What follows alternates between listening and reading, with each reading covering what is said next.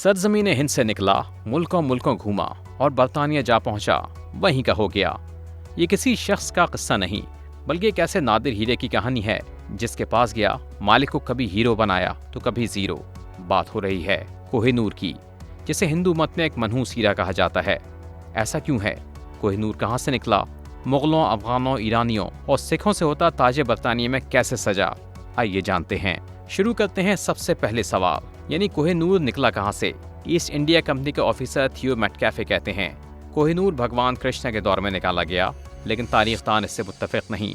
अक्सरियत के मुताबिक कोहिनूर रियासत आंध्र प्रदेश के इलाके गोलकंडा में वाक़ कोलोर के कानों से बरामद हुआ, लेकिन कोई नहीं जानता कि इसे निकालने वाला कौन था। एक अंदाजे के मुताबिक यह हीरा सन 1100 से 1300 के दरमियान निकाला गया। 18वीं सदी तक ये दुनिया का वाहिद इलाका था जहाँ हीरे पाए जाते थे। इसी वक्त यानी 1320 में लिखा गया कि ये हीरा रखने वाला दुनिया पर राज करेगा, मगर दुनिया भर की परेशानी भी इसी के हिस्से आएंगी। ये हीरा सिर्फ ख़वातीन या खुदाओं को रास आएगा। कोहिनूर से मुताल्लिक़ पहला बाज़ाब्ता तहरीरी रिकॉर्ड ज़हीरुद्दीन बाबर की किताब तुर्क बाबरी में मिलता है। मुग़ल बादशाह लिखते हैं इस हीरे की कीमत आधी दुनिया के अखराजात के बराबर है। बाबर ने कोहिनूर को एक जंग में जीता, फिर ये नस्ल दर नस्ल मुग़ल बादशाहों में मुंतकिल होता गया। मुग़लिया सल्तनत का रूज व ज़वाल दुनिया के सामने है। वाज़ेह है कि मुग़ल दौर में कोहिनूर को कोहिनूर नहीं कहा जाता था। ये नाम इसे ईरानी हुक्मरान नादिर शाह ने दिया। फ़तह दिल्ली के बाद नादिर शाह ने मुग़ल बादशाह मोहम्मद शाह से दस्तार उतरवाई तो हीरा उनके सामने आ गिरा।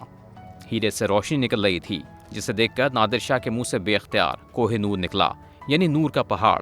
कहते हैं नादिर शाह ने दिल्ली से इतना खजाना फतह किया जिसे ईरान ले जाने के लिए 700 हाथी, 4000 ऊँट और 12000 घोड़ों की ज़रूरत पड़ी, जिसका जिक्र आलम आराए नादरी में मिलता है। बहरहाल हकीकत यह है कि कोहिनूर इनको रास न आया। 1747 में नादिर शाह को इनके अपने मुहाफ़िज़ीन ने मार डाला और अहमद शाह दुर्रानी, जो अहमद शाह अब्दाली के नाम से मशहूर हैं, नए हुक्मरान बने। अब वही कोहिनूर के मालिक बन जाते हैं। कुछ अरसे बाद इस ख़ानदान में भी तख्त व ताज के लिए झगड़े शुरू हो जाते हैं। अहमद शाह अब्दाली का पोता शुजा शाह हुकूमत गंवाने के बाद कोहिनूर समेत पंजाब आ जाता है, जहाँ सिख हुक्मरान रंजीत सिंह इसे पनाह देता है, जिसके एवज शुजा शाह से कोहिनूर ले लिया जाता है। रंजीत सिंह को कोहिनूर इतना पसंद था कि इसे बाजू पर बांध कर रखता था। 1839 में रंजीत सिंह चल बसे। इस वक्त ईस्ट इंडिया कंपनी हिंदुस्तान में कदम जमा चुकी थी। बरतानवी हुकूमत ने अहकामात दिए कि कोहिनूर पर नजर रखी जाए। 1849 में सिख अंग्रेज जंग तमाम हुई, जिसके साथ सिख अंपायर का खात्मा हो जाता है। रंजीत सिंह के लवाहिकीन में इसकी बीवी और 10 साल शहजादा दिलीप सिंह बचते हैं। ईस्ट इंडिया कंपनी इनसे मुआहदे लाहौर पर दस्तखत कराती है, जिसके तहत कोहिनूर ईस्ट इंडिया कंपनी के सुपुर्द कर दिया जाता है। साथ शहजादा दिलीप सिंह को भी लंदन भेज दिया जाता है, जहाँ वो सिख से ईसाई मजहब इख्तियार कर लेता है और कोहिनूर जाता है क्वीन विक्टोरिया के पास। मुस्लिम सिख हुक्मरानों के बरखिलाफ अंग्रेज इस शिकायत से बखूबी वाकिफ थे कि यह हीरा सिर्फ खातून या खुदाओं को रास आएगा। यही वजह है कि मलका विक्टोरिया और दीगर से होता क्वीन एलिज़ाबेथ तक पहुंचता है। बरतानिया आने से कबल कोहिनूर का वजन 186 कैरेट था, तहम लंदन में हुई तराश खराश के बाद ये 105 कैरेट का रह गया। वैसे भारत, पाकिस्तान और अफगानिस्तान तीनों ममालिक इसकी मिल्कियत का दावा करते हैं। माहिर आसार कदीमा रिचर्ड क्रोरन कहते हैं भारत, पाकिस्तान और अफगानिस्तान के साथ ईरान भी कोहिनूर का दावेदार है।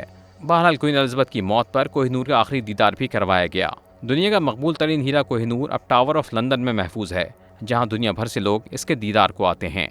मिस्टर डॉक्यूमेंट्री चैनल को सब्सक्राइब करें और हाँ, बेल आइकन को दबाना ना भूलें ताकि नई मालूमात आप तक बर वक्त पहुँचे।